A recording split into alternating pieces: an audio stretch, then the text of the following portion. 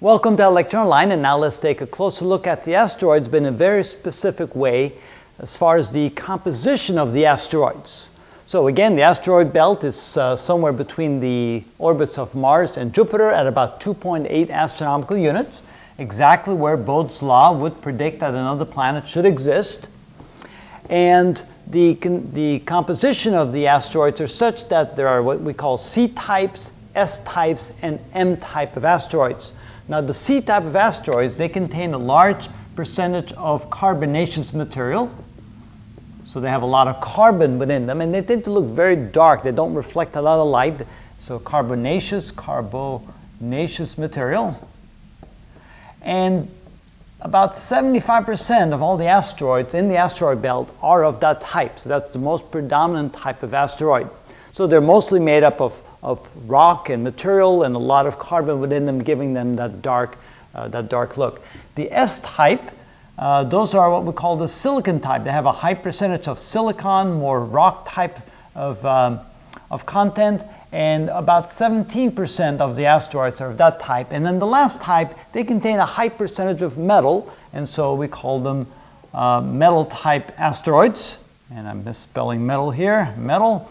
And they make up about 8% of the total number of asteroids in the asteroid belt. Now, it turns out that a great number of the asteroids, a fairly large percentage of them, are what we call chondrites. What that means is that even though they may be mostly made up of these different types of materials, sometimes they're made up of big blocks of metal. So some of the metal type asteroids, they're basically almost completely filled with metal, like iron and nickel and cobalt, things like that.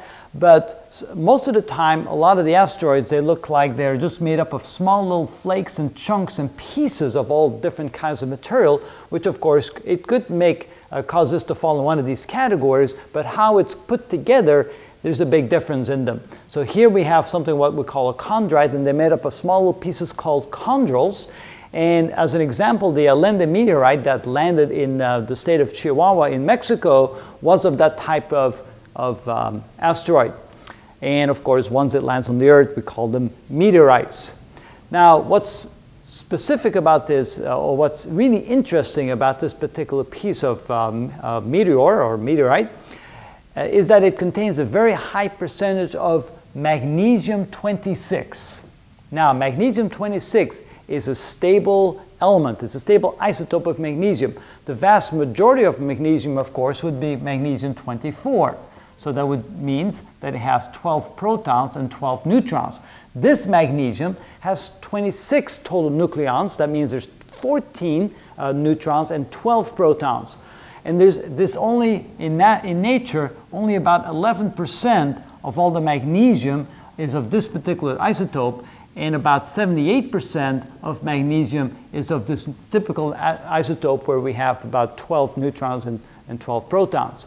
So why is it that this particular meteorite has such a high percentage, much higher than 11% of magnesium in the meteorite? Well, we know that this is usually a byproduct of aluminum-26 decaying into magnesium-26. And so when that happens, so then the question is, well, where did the aluminum come from? And aluminum is usually a byproduct of a supernova explosion. Since we dated this meteorite to about 4.6 billion years, slightly less, I think it was dated to be about 4.54 or 4.56, actually 4.56 billion years, we then started to realize, well, why was it that we had a lot of aluminum-26 inside this meteoroid that then decayed into magnesium-26? And we now know that aluminum-26 is a byproduct of supernova explosions, which means there is evidence here, by studying this meteorite, that the solar system of the Earth may have formed as a result of a supernova explosion. Because when the solar system formed, a nebula must have collapsed, and typically they don't collapse on the gravity alone. There must be something starting that gravitational collapse, and a supernova explosion could be one of those events that could start the collapse of a nebula if it happens nearby. So the thinking goes that maybe a supernova explosion happened about 4.6 billion years ago, caused the solar nebula to start collapsing in itself, and then producing the solar system the way we know it today. Again, by studying meteors and by studying the asteroids, we can actually come up with that kind of information that gives us a deeper insight into what might have happened at the very beginning of the solar system. So there you go again, some simple investigation like that, and that uniqueness of those meteorites and uniqueness of the asteroids can tell us a lot about the solar system. And so the search goes on in getting that full understanding, and this is where we want to go when we want to see what the solar system looked like 4.6 billion years ago.